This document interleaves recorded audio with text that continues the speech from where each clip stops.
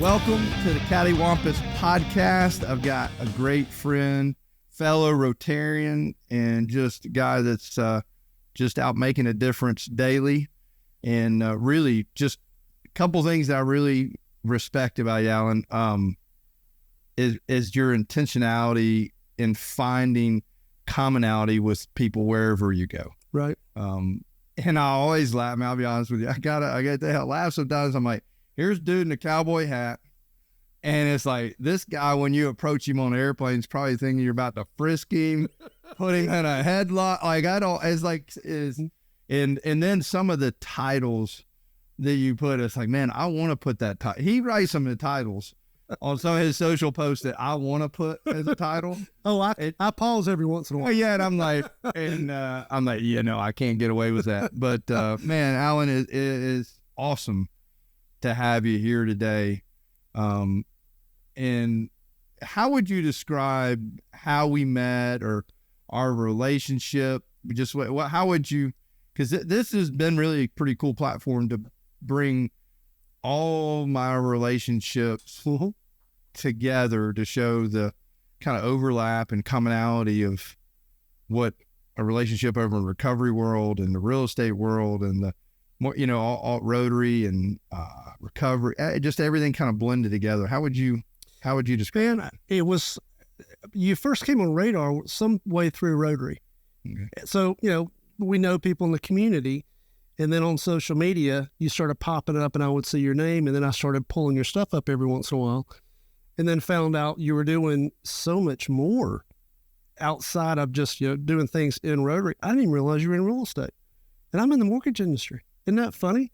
It's not, it's just kind of living life in the community. But I followed you. I would see you in the community because you're a great guy. You're a great leader. You're a person of influence. Yeah, he's still getting to know me. So well, we've spent some time together. Yeah. And I've seen the polished side, and then I've seen us in the woods. Yeah. So I've seen it all. But you're making an impact, and I noticed it. You walk in a room. There's 150 people in the room, and there's always one or two or three people that stick out. And you were one of those. So I became a fan, and I was just kind of watching you, and that's where it started. That's awesome, man. What drives you every day? Like on your desire to reach in. If it's going to get into our conversation later, then don't do it. Okay. So we'll, I can't, I really, okay, so yeah. Perfect. Then we're going to come back to that one. Cause I don't want to ruin it. Cause that's there. What's the deal with the cowboy hat? Cause I want to be a cowboy hat wearer. I want to be, I don't know that I got that. Put the hat on. Let me say that. I got me a hat. I don't know if it'll fit my head because I'm so smart. You got a big head. Like I got a big head. Hilarious. I got a big head. It won't fit on my head. Now I could wear it kind of crooked. Like I could be the cowboy asleep. Like, so I will not sing, but needless to say, I want to be the guy that wears a cowboy hat everywhere. And you're the guy that wears a cowboy hat everywhere. So it's like, what's the deal with my son wears a cowboy hat on. I mean, he's got two in his truck right on the dash. Like, yeah. And he owns two types of shoe wear, boots and Crocs. Right. Like there's no tennis shoes. He puts his Crocs in sport mode. Right. I didn't know there was such a thing, but I guess if you don't have tennis shoes, he does it. So what's the cowboy hat? What is it? My heroes have always been cowboys. No kidding. And in a dream world, I would probably live on a farm and have somebody else maintain all the animals and be on a horse. It's just, I absolutely love that. And I've always worn a cowboy hat. And it started out, I was riding a motorcycle and I wore my helmet all the time.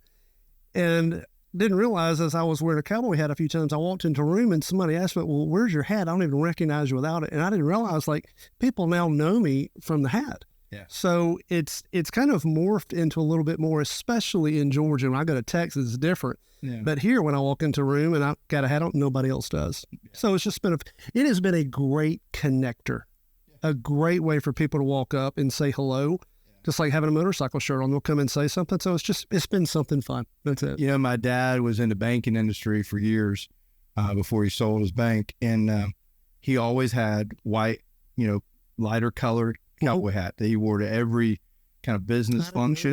But what he did is he had $100 bills around the brim, and he had a little sign that said "Money to Lend." Oh, and that was his thing. He wore. You know what I'm doing tomorrow? I'm gonna put $100 bill in there. Money to lend. I mean, because it's that conversational starter. It is. Hey, no, we're in the banking industry, so it's pretty interesting. But thanks for being here. Thanks for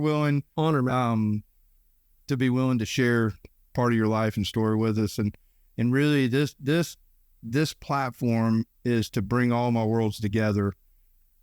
And not just in recovery stories, but to show stories of just people move through transitions of life. And some of them are really hard, and we get out of balance. We get cattywampus. Yeah. Right. And so I'm really excited for you to be here and share that. What's that moment in your life where, man, things were they were jacked up, and it's an event, a phase of life. What's that? What do you want to share? So, hunting fish. Love it. One of my close friends had a 4,000 acre property near Chattanooga. Hunted there, went offshore fishing in Destin with him. Been friends for years, and I had been up to the hunting property a few days before, and he called me on a Friday evening about 6:00 and just chatted for a while. And we talked, periodically. And our connection was whose dad was the worst dad. That was our initial connection. But he called and we chatted for a little while. And the next day, about 5:00, a buddy of mine that I had known, but I don't see him once every 2 or 3 years, but we were friends. We hunted together, same property, but I didn't see him rarely, ever. He called, and his name was Clifford. And he said, "Alan, I need you to call me. It's about Philip." And dude, I knew something was wrong. He hung himself in our hunting cabin. And the thing that hit me the most is when I went to the service, he had a very wealthy family. I mean, it was just different from the way I grew up. I mean, the guy had everything. Property, a house here, house there, offshore boat, had everything. You'd think he had life by the tail looking from the outside in. And we were friends, but I didn't know how close of friends he thought we were. And I got to the service, and he had compartmentalized friendships. He had here was my bank. He was in the mortgage industry. Here's my banking friends. Here's my fishing friends. Here's my hunting friends. Here's my buckhead friends. Here's my whatever. And when I got there, all these people were coming up and saying, "This is Alan, Christian guy." And I'm like, what is this about? And every one of those groups, and it was probably 6 or 7 groups, all said, "You are his best friend." And I didn't know it. I knew he was my friend, but I didn't know how important I was to his life. And I still have, a week has not gone by, and it's probably been 7 years now. I don't know, a week goes by and I don't think about him. And it opened up, it made me stop and really think, how did I not know how important I was to him? And then how many other people am I in contact with that I don't realize the impact I'm making? And then for them, do they know the impact they're making on my life? And it opened up a whole curtain into the number of men that we hide everything. Nobody shares anything about what's going on. We got a bag of secrets we carry around with us. We walk in like we got the world by the tail. And I walk in here to see you, and you don't know 5 minutes before I pulled in the parking lot, I was thinking about killing myself. You don't know that. And it changed, that event changed me from that point forward. When someone walks up to, when the opportunity to express that and develop that relationship with him, and to let's just say to validate in your mind, in his mind is validated. You're his dude. Yeah. Right? When you don't have that opportunity and it's brought to you after the fact, how does that make you feel? How did I miss it? How did I not know? I go back to Schindler's List. You're like, here's this one life, yeah, one male, one friend. How did I not see how important our relationship was. And that's made me think with every person that I meet. I don't know what they're going through. I don't know what their story is. I don't know what they're thinking in their head when I walk away from here. But I want to be intentional. And if it's only for 90 seconds, can I make an impact on somebody that I come in contact with? I had a chance with a buddy I was close to, but I didn't realize how important that was. Yeah. So, you know, the one thing I know from intentionality, it was on a dove hunt fundraiser event that we did. And we were having some just conversation. There was up on the square in Scottsboro, there was like a little, swap meet type deal or yard sale or whatever. I mean, it was a bunch of junk really spread out all across. I've been to it. I know exactly what you're talking about. But anyways, we were sitting there talking. There was this like little cool, like little old table saw deal that we were talking about. And I guess you overheard it. The next thing I know, later in the day, I come back in and here Alan comes walking back in the door with your sons, and there's this little table saw deal that we had talked about. You're like, man, hey, thanks for doing this weekend. And boom, it was there. And that's intentional. It's not a, I mean, you can bless me with, $1 million gifts if you want to as well. I'm not going to say no. Okay. Yeah. So, but, the thought of someone, they were listening, they applied it, to be intentional. It's that thought and that moment to focus on being intentional, and being present. And I know for me, I struggle. I have to be present where my feet are before I can be intentional where I'm at. Right. And I know that's hard. So when you come through that process, what are some of those things that you had to do or that you've changed or put into play daily so that it doesn't happen as often or is where you change your day-to-day? What are those things that event changed in your life? I've always been outgoing, but not the way I am now. To walk up to in the cash register, the person at the restaurant, the homeless guy on the side of the road, whatever. I look at it and going through, counseling, recovery, whatever. There was a statement that hurt people hurt people. If you're hurting inside, you hurt other people. Well, I flipped it to, wait a minute, what about hurt people help people? Because some people that are hurting inside, because I have a bag of history in my life that I've got pain inside. I know what it's like to be ignored. I know what it's like to go through some pain and hold it inside.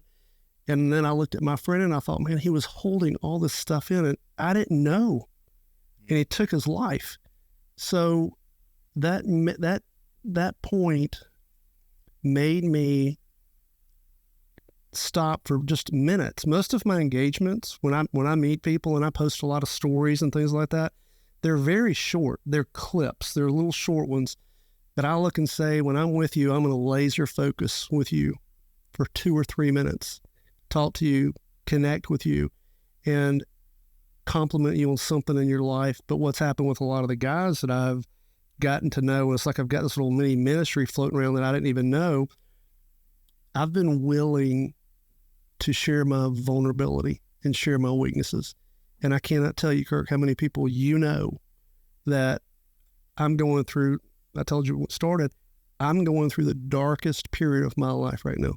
I've got a couple of things going on personally. It's the hardest thing I've ever been through. And I was in a really dark spot about a year ago, really dark. And one of my Rotarian friends tried to take his life about 4 months ago. And I have his death note at my house on the kitchen table. He didn't go through with it all. But when I meet people, and I've shared with guys that I have met some of my vulnerabilities or my weaknesses. I talked to somebody recently, big person here in the community.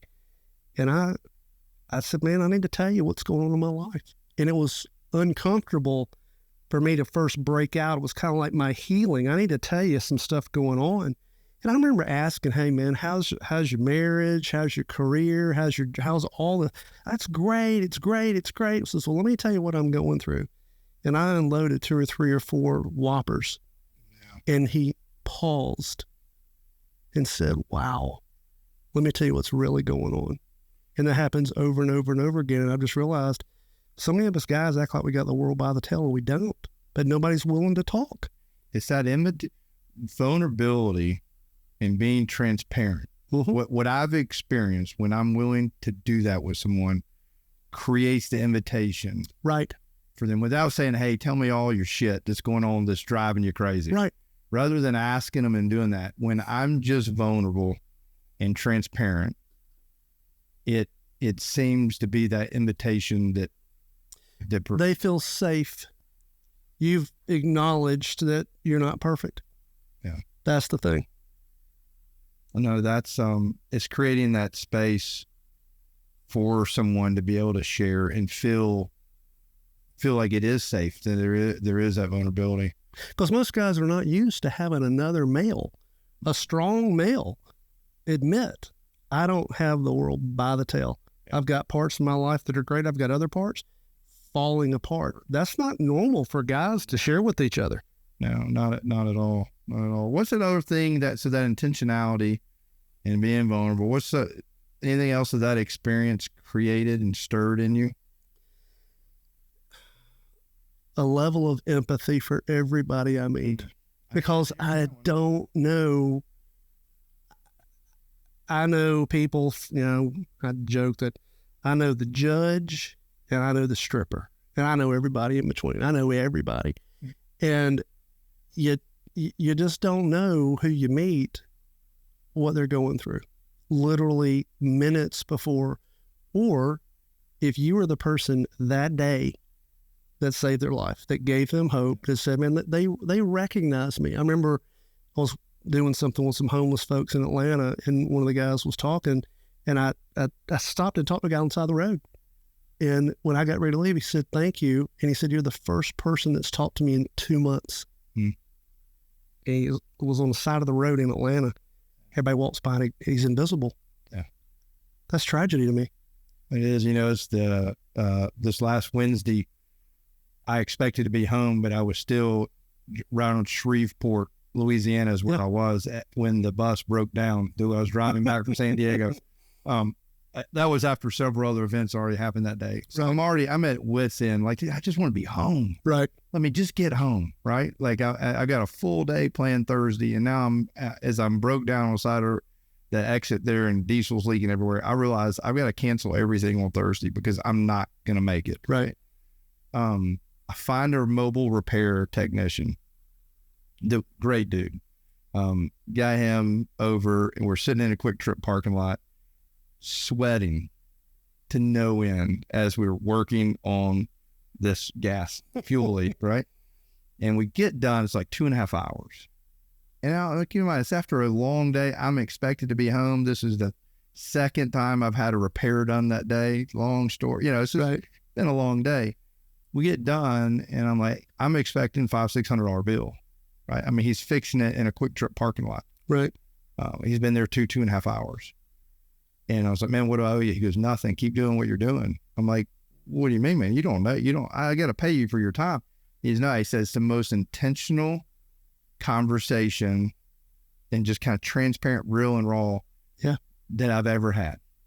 Mm-hmm. And I'm like, dude, all we did was just talk, but found out who he was, what he was struggling. I mean, he's laying there in the floor fixing the RV, and you're sitting there holding the flashlight, sweat, I mean, it was miserable.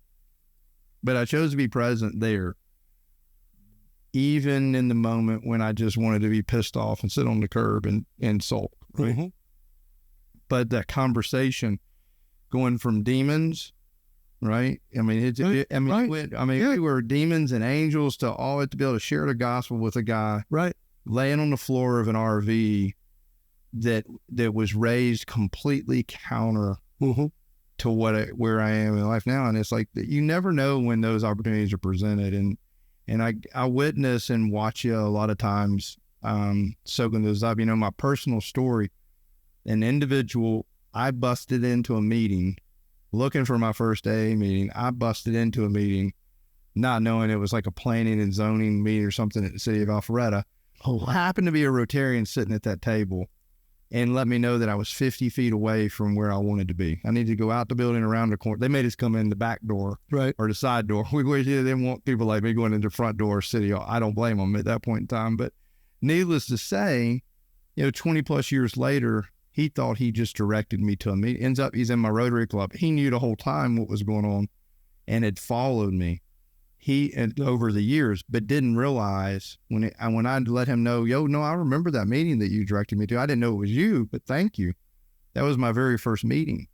Like, think about less than 10 seconds of his time gave me what I wanted that I really wasn't looking for. I needed, but I didn't really think I needed it. Right. I just was doing something to make somebody happy. Like, I just don't want to go back to where I was. So yeah, I'll go to a meeting today.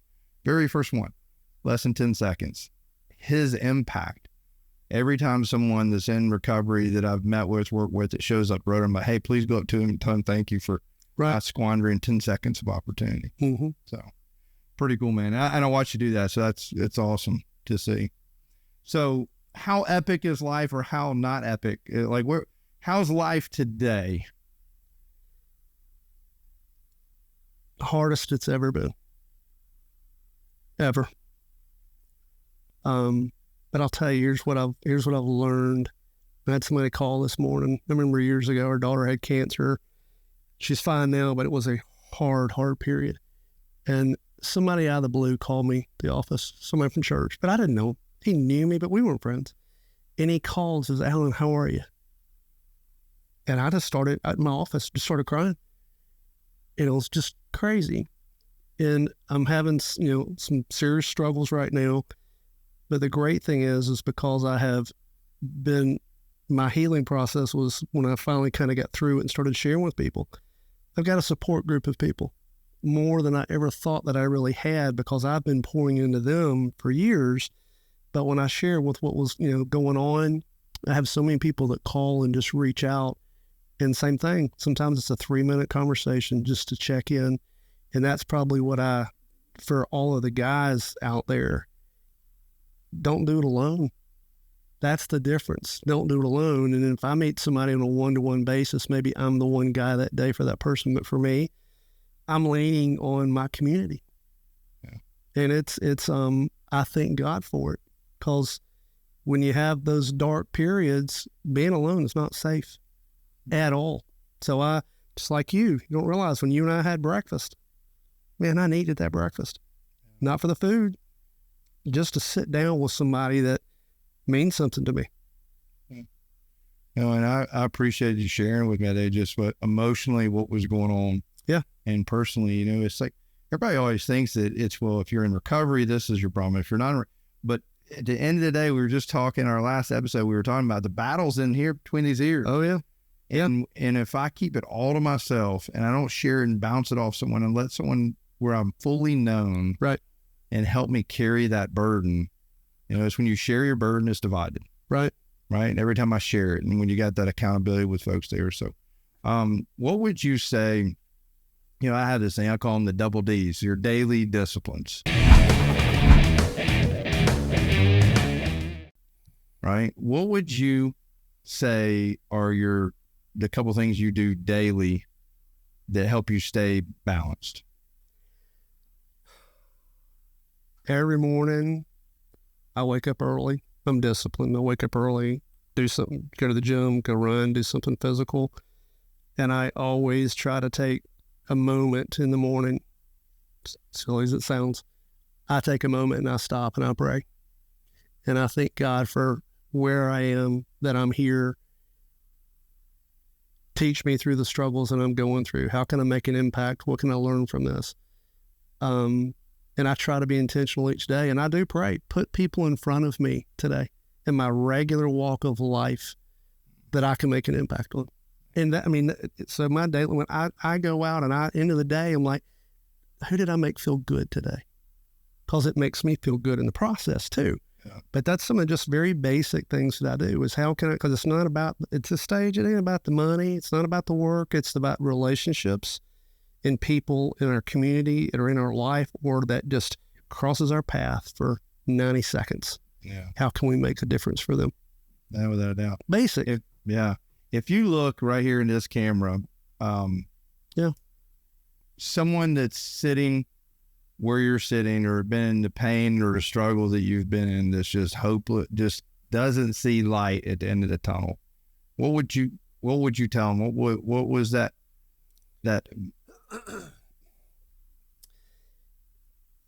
No matter how bad it is, no matter how dark it is, no matter what is being put in your head, you matter.